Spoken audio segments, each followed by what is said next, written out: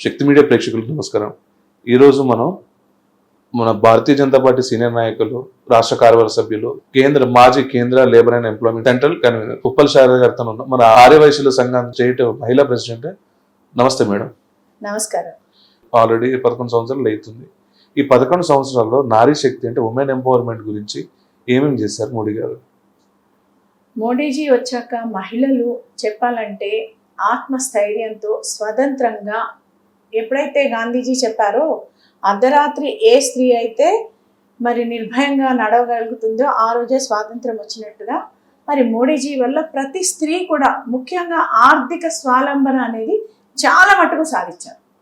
ప్రతి స్త్రీ కూడా ఈరోజు నేను ఇంట్లోనే ఖాళీగా ఎందుకు ఉండాలి, నా పిల్లలకి చదివించుకోవడానికో, మా భర్తకి ఆర్థిక సహాయాన్ని, నా కుటుంబానికి ఒక ఉన్నతిని తేవడానికో నేను కూడా కష్టపడతాను అని మహిళ ముందుకు రావడానికి అనేక రకాలుగా చేయూతనిచ్చింది మోడీజీ.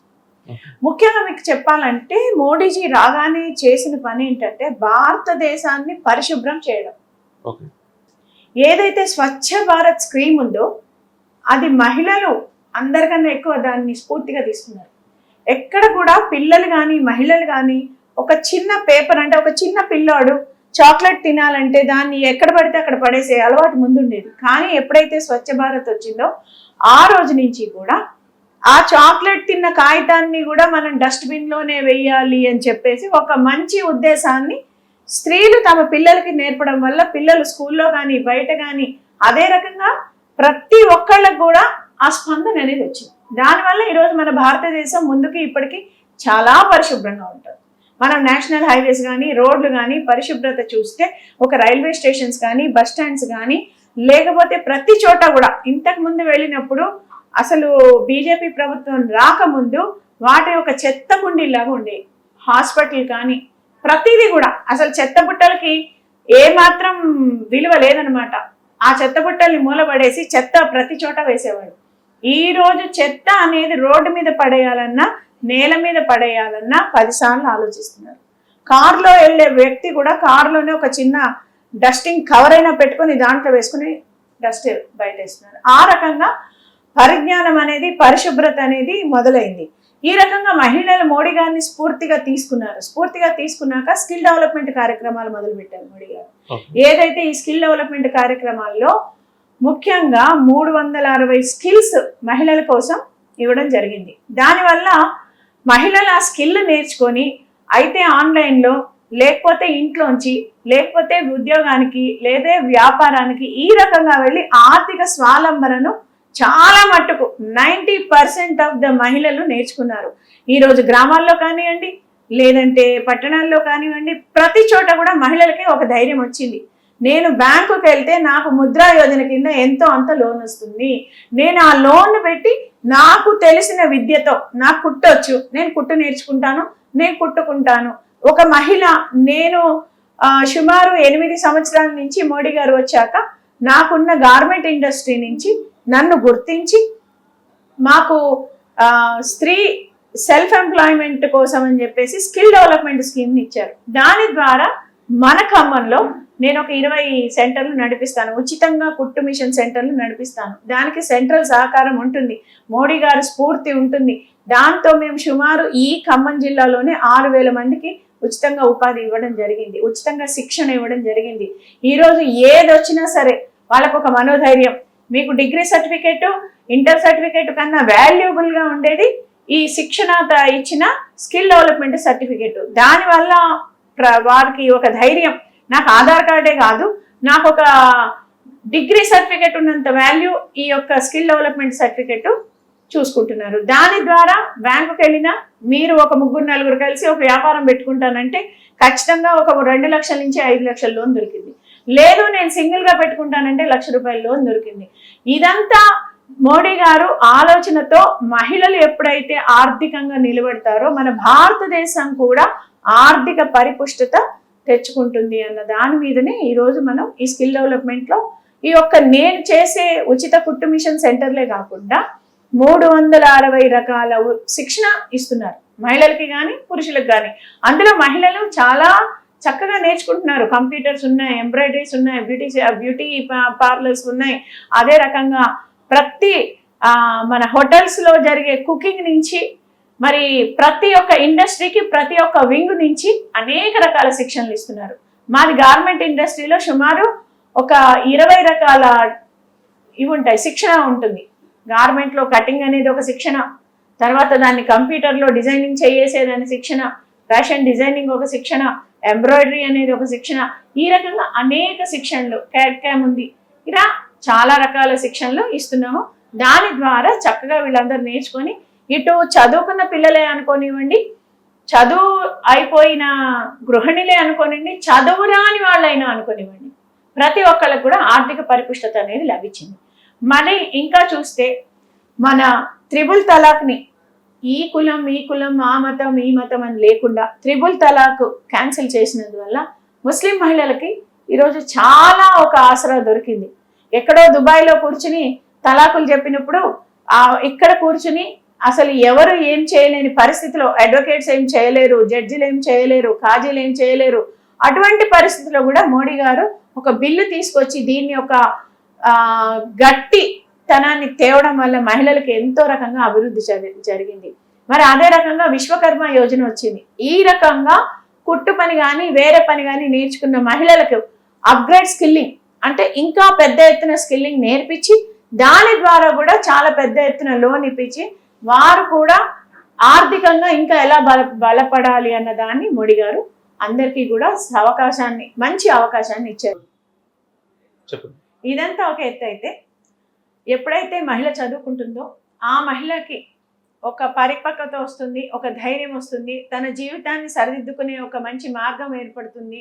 అది చిన్నతనం నుంచే ఆడపిల్లలకి మనం ఈ ధైర్యాన్ని ఇవ్వాలి అనే మంచి ఉద్దేశంతో బేటీ పడావ్ బేటీ బచావ్ అనే కార్యక్రమాన్ని మొదలుపెట్టారు.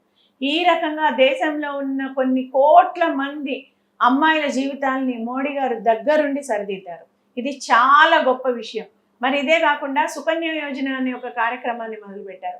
ఆ సుకన్య యోజన వల్ల తల్లిదండ్రులు నెలకి 25 రూపాయల నుంచి కొన్ని లక్షల వరకు కూడా పెట్టినప్పుడు అధిక వడ్డీనిచ్చి దాన్ని 5-6 సంవత్సరాల్లోనే డబల్ చేయించి ఆ పిల్లల చదువు వాళ్ళకి 18వ సంవత్సరం వచ్చే వరకు వాళ్ళ చదువుకి కావాల్సినంత నిధిని ఏర్పాటు చేయడం కూడా చాలా గొప్ప విషయం. మరి ఇదే రకంగా ఉజ్వల యోజన, అమ్మలు ప్రతి అమ్మ ఒక మరి గత ప్రభుత్వాలు మహిళల ఆరోగ్య స్థితిని కానివ్వండి, మన ప్రకృతిని కానివ్వండి పట్టించుకోలేదు. మహిళల ఆరోగ్యం ముందుగా చెడిపోవడానికి, క్యాన్సర్లు రావడానికి, లంగ్ క్యాన్సర్ రావడానికి, బ్రెస్ట్ క్యాన్సర్ రావడానికి, కళ్ళు విపరీతంగా పాడైపోవడానికి కారణం ఆ పొగ. ఏ కట్టెలన్నీ తెచ్చి ఆ కట్టెల పొయ్యితో రోజుకి 3 సార్లు చాలా కష్టపడి తమ సమయాన్నంతా వెచ్చించి పాపం ఆ పొగలో వండుకోవడం అనేది చాలా కష్టమైన పని.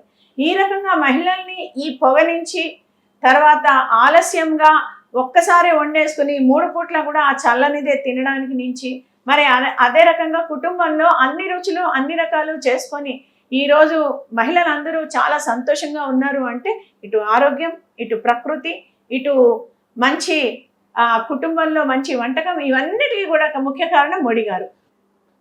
ఈ ఉజ్వల గ్యాస్ వల్ల మహిళలకి అనేక రకాల లాభాలు కలిగినాయి. ఒక రకంగా ఆరోగ్యం బాగుపడింది, ఒక రకంగా సమయాన్ని ఆదా చేసుకోగలిగారు, ఒక రకంగా మంచి మంచి వంటకాలు తయారు చేసుకొని తినగలిగే ఒక అదృష్టం తగిలింది. ఈ రకంగా గ్యాస్ సిలిండర్ వల్ల అనేక రకాల లాభాలని, తన కుటుంబం అంతా సమైక్యంగా ఉండే ఒక అదృష్టాన్ని ముఖ్యంగా కల్పించింది మోడీజీ ఆ ఉజ్వల గ్యాస్ సిలిండర్ వల్ల. ఈరోజు కొన్ని కోట్ల గ్యాస్ సిలిండర్లు, సుమారు 21 కోటి గ్యాస్ సిలిండర్లు పంచిపెట్టించారు. ఒక గొప్ప విషయం మోడీ గారు చేసింది ఏంటంటే బాత్రూములు. ఏ మహిళ కూడా గ్రామంలో కానీ పట్టణాల్లో కానీ చెంబు పట్టుకొని సిగ్గుగా తల వంచుకొని ఆ యొక్క బహిర్భూమికి వెళ్ళడం అనేది చాలా మరి దురదృష్టకరమైన విషయం. అటువంటి విషయాన్ని ముందుగా ఆయన గుర్తించారు. ముఖ్యంగా చిన్న చిన్న విషయాలే ఉండొచ్చు ఇవన్నీ, కానీ ఒక మహిళ యొక్క ఆత్మ సంస్కారంలో ఆత్మస్థైర్యాన్ని మరి నికృష్టపరిచే ఈ రకమైన మరి ఏవైతే ఉన్నాయో చర్యలు, వాటిని ముందుగా గుర్తించింది మోడీ గారు. వారు ఏ మహిళ కూడా ఒక చెంబు పట్టుకొని బయటకు వెళ్లకుండా వారు ప్రతి ఇంటికి కూడా ఒక బాత్రూమ్ శాంక్షన్ చేసి కొన్ని కోట్ల బాత్రూములు కట్టించారు. ఈ రకంగా ప్రతి చిన్న మనిషికి కూడా ముఖ్యంగా మగవాళ్ళైనా ఆడవాళ్ళైనా కానీ వాళ్ళకున్న కష్టం ఏంటి అని తెలుసుకుని వాళ్ళని ఉద్ధరించడంలో మా మోడీ గారు 11 సంవత్సరాల్లో చాలా సంపూర్ణమైన పరిపక్వత మా మహిళలకు ఇచ్చారని మేము అనుకుంటున్నాం. ఎందుకంటే ఇంత చిన్న విషయాన్ని కూడా గుర్తించి ఒక బాత్రూమ్ విషయాన్ని కానివ్వండి, ఒక బేటీ పడావో బేటీ బచావో విషయాన్ని కానివ్వండి, ఒక గ్యాస్ సిలిండర్ ఇచ్చి ఉజ్వల యోజన కానివ్వండి, ఒక ముద్రా లోన్ ఇచ్చి ఆ ముద్రా లోన్ ద్వారా వాళ్ళ సొంతంగా ఏదన్నా ఆర్థికంగా స్వావలంబన కానివ్వండి, మరి ఈ రకంగా అనేక విషయాలు మన మతంలో కానివ్వండి, పరమతంలో కానివ్వండి సహనం ఉండాలి అనే భావంతో మరి ఏదైతే ఈ ముస్లిం మహిళలకు ఇచ్చిన గిఫ్ట్ కానివ్వండి, తలాక్ గిఫ్ట్ కానివ్వండి, అనేకంగా ఈ రకంగా మరి మనం చెప్పుకుంటూ పోతే చాలా ఉన్నాయి. 11 సంవత్సరాల్లో ఆయన ముఖ్యంగా ఈరోజు సాధించింది ఇంతవరకు 75 సంవత్సరాల్లో ఎవరు చేయలేనది 1/3 రిజర్వేషన్ ఫర్ ఉమెన్. అసెంబ్లీలో కానివ్వండి, పార్లమెంట్లో కానివ్వండి మహిళలకి సమాన ఓటా ఇస్తున్నారు. ఈ సమాన ఓటా వల్ల వాటాలో మహిళలందరూ కూడా మరి ఎవరైతే రాజకీయంగా మాకు అవకాశాలు రాలేదు అని బాధపడుతున్నారో వారికి అవకాశం ఉండే పరిస్థితి ఉన్నా కానీ మగవారి ఆర్థిక స్వావలంబనకు మగవారి దానికి తట్టుకోలేక ఈ రకంగా సీటు తెచ్చుకోలేక ఉన్న మహిళలకు మరి మహిళ కూడా ఏ రకంగా తక్కువ కాదు అని నిరూపించడానికి 33% ఈ రోజు వచ్చే ఎలక్షన్స్ లో మహిళలకు ఇస్తున్నారు. అది నిజంగా ఆ మహనీయుడి పాదాలకి మేము మహిళలందరం కూడా ఎంత పాదాలు కడిగి మా కన్నీళ్లతో కడిగి మేము ఆయనకి ఎన్ని పాద పూజలు చేసినా ఎన్ని నమస్కారాలు చేసినా తక్కువే. సింధూర్ ఈ మధ్య వచ్చిన ఆ సింధూర్ పెహల్గాంలో జరిగిన అమాయకపు మరి మహిళలు వాళ్ళ భర్తల మృతదేహాల్ని వాళ్ళ కళ్ళెదురుగుండానే వాళ్ళు చూడడం అనేది ఎంత క్రూరమైన చర్య. దానికి సింధూర్ అనే ప్రతీకారంతో ఆ పాకిస్తాన్ వాళ్ళని మట్టుబట్టడమే కాకుండా ప్రతి సింధూరానికి గుర్తుగా ఒక చెట్టు నాటిస్తున్నారు. ప్రతి మహిళ కూడా ప్రతి పురుషుడు కూడా ఈ పెహల్గాం చర్యని క్రూరమైన చర్యని మరి మనం గుర్తుపెట్టుకునే విధంగా ఒక మొక్క నాటించి ఇటువంటి చర్య ఎవరు కూడా కబడ్దార్ భారతదేశం జోలికి వచ్చారంటే మీ తోలు ఒలుస్తానని ప్రతి దేశానికి ఈరోజు చాటి చెప్పారు. మరి పాకిస్తాన్ కూడా తల వంచుకొని ఈరోజు మనం రాయబారానికి రాలేకపోయినప్పుడు అనేక దేశాలతో చెప్పించుకొని మరి మన కాళ్ళబేరానికి వచ్చింది. అంటే ఇది ఎవరి చలవ? మోడీ గారి చలవ. మోడీ గారు మహిళలకు ఇచ్చే గౌరవం, ఈ గౌరవం ఇవ్వబట్టే ఈరోజు సింధూర్ అనే కార్యక్రమం నడిపించారు. కాబట్టి ఇంతకన్నా ఒక భారతదేశంలో ఉన్న ప్రతి మహిళని తన చెల్లిగానో తన తల్లిగానో తన బిడ్డగానో చూసుకునే మహానుభావుడు మోడీ గారు. వారికి ఎన్ని చెప్పినా వారి గురించి తక్కువే. వారిని ఈసారి నేను ఒక్కటే కోరుకుంటున్నాను, ఈ యొక్క మోసాలు చేసే అనేక పార్టీలను మనం మళ్ళీ ఒకళ్ళని 10 ఏళ్ళు పెట్టుకున్నాం, ఒకళ్ళని 50 ఏళ్ళు పెట్టుకున్నాం. దానివల్ల ఒక్కళ్ళకు కూడా మరి డబల్ బెడ్రూమ్లు, ఇందిరమ్మ ఇళ్ళు ఇలాంటివన్నీ బూటకం.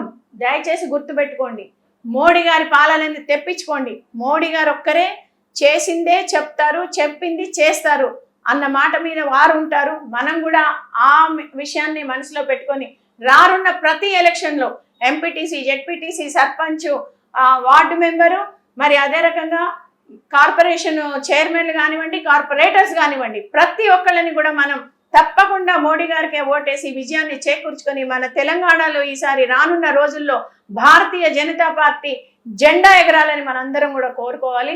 కోరుకున్న దానికి సరిపోదు, దాన్ని జరిగేటట్టుగా చూసుకోవాలి. ముఖ్యంగా నా మహిళలందరికీ కూడా నేను బొట్టు పెట్టి ఆ సింధూర్ విషయాన్ని మళ్ళా గుర్తు చేసుకొని మనందరం కూడా మోడీ గారికి ఆశీర్వదించాలి. వారి ఆశీర్వాదం మనం తీసుకోవాలని కోరుకుంటున్నాను. జై హింద్, జై భారత్.